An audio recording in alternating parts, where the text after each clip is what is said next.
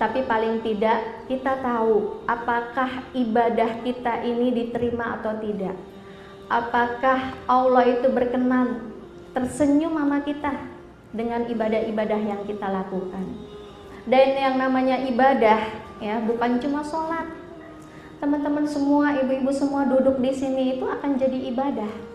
Kalau karena Allah. Tersenyum juga jadi ibadah. Coba, udah senyum belum sama teman sebelahnya? Ya, Masya Allah. Hidup ini panjang. Ya, kita safar, kita pergi ke Paris misalnya, pasti punya bekal. Ada nggak yang pergi ke Paris terus pakainya pakai bis gitu ya, atau naik angkot? Kira-kira enak nggak? Nggak enak, nggak menikmati. Ya, kita pergi ke Paris, kita harus mempersiapkan bekal.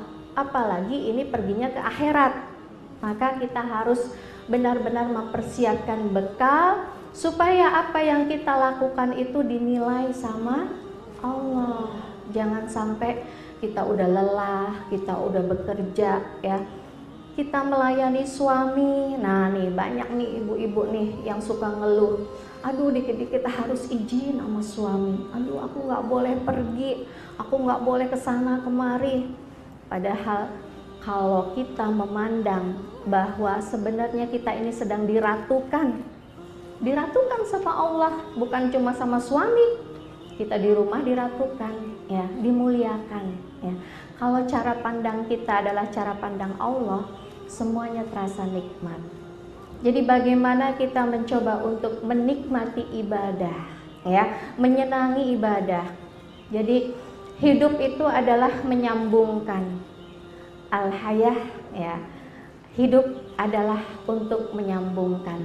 Ibarat huruf-huruf di dalam Al-Quran, huruf alif kalau sendirian nggak ada maknanya, huruf ba kalau sendirian nggak ada maknanya. Tapi kalau misalnya disambung, huruf ba, huruf sin, huruf mim ya, sampai membentuk kata, sampai membentuk kalimat Bismillahirrahmanirrahim, itu kan disambungin ya, baru kemudian akan menjadi bermakna. Sama seperti teman-teman semua, jemaah semuanya ya, kita ini tadinya nggak kenal, benar? Ada yang dari komunitas apa, forum sahabat keluarga, ada yang dari komunitas An-Nabawi, ada yang dari komunitas olahraga. Olahraganya aja ada yang goes ya, ada yang berenang ya, macam-macam. Ya, ada di sini ada chef juga nih, master chef, masya Allah ya. Jadi ketika kita awalnya nggak kenal, lalu kemudian kita berusaha untuk menyambungkan hati ya, itu menjadi satu kekuatan yang hebat. Indah sekali ukhuwah itu ketika kita mau menyambungkan hati ya. Makanya kalau kita ada sakit hati sama orang ya, sakit hati sama saudara seiman, udah pikirin aja. Kalau misalnya nih, bayangin nih, kita punya saudara misalnya 5 itu ada satu yang agak-agak bandel ya, apa mau dibuang? Kira-kira kalau kita punya saudara itu bandel, saudara itu ngeselin kita, mau dibuang? Enggak, tapi diapain? Tetap disayang ya. Begitu juga dengan kita, dengan kehidupan kita. Ketika kita mungkin ketemu dengan orang-orang yang kita nggak suka ya, pahami, oh mungkin dia belum paham, oh mungkin dia lagi bete ya, oh mungkin Allah lagi pengen aku belajar untuk sabar.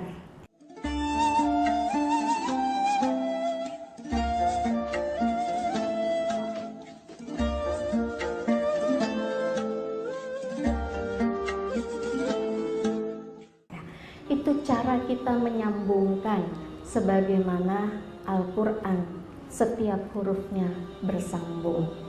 Dan ketika satu kata itu disambungkan, akhirnya menyambung menjadi satu kalimat sampai kemudian satu halaman, itu Masya Allah akan bermakna. Maka begitu juga dengan kehidupan kita. Kehidupan ini supaya lezat, kita sambung-sambungin ya. Kalau kita cuma kenal sama tetangga kita, Kira-kira seru nggak dunia ini? Nggak seru ya. Pengennya ada kenal sama yang lainnya ya. Maka bagaimana kita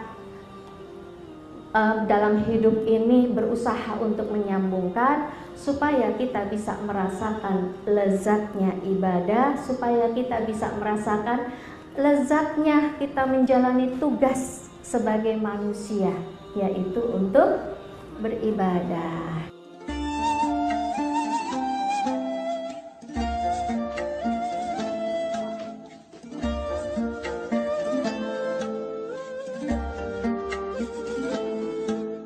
Ya, bidadariku yang solihah, bidadari surgaku,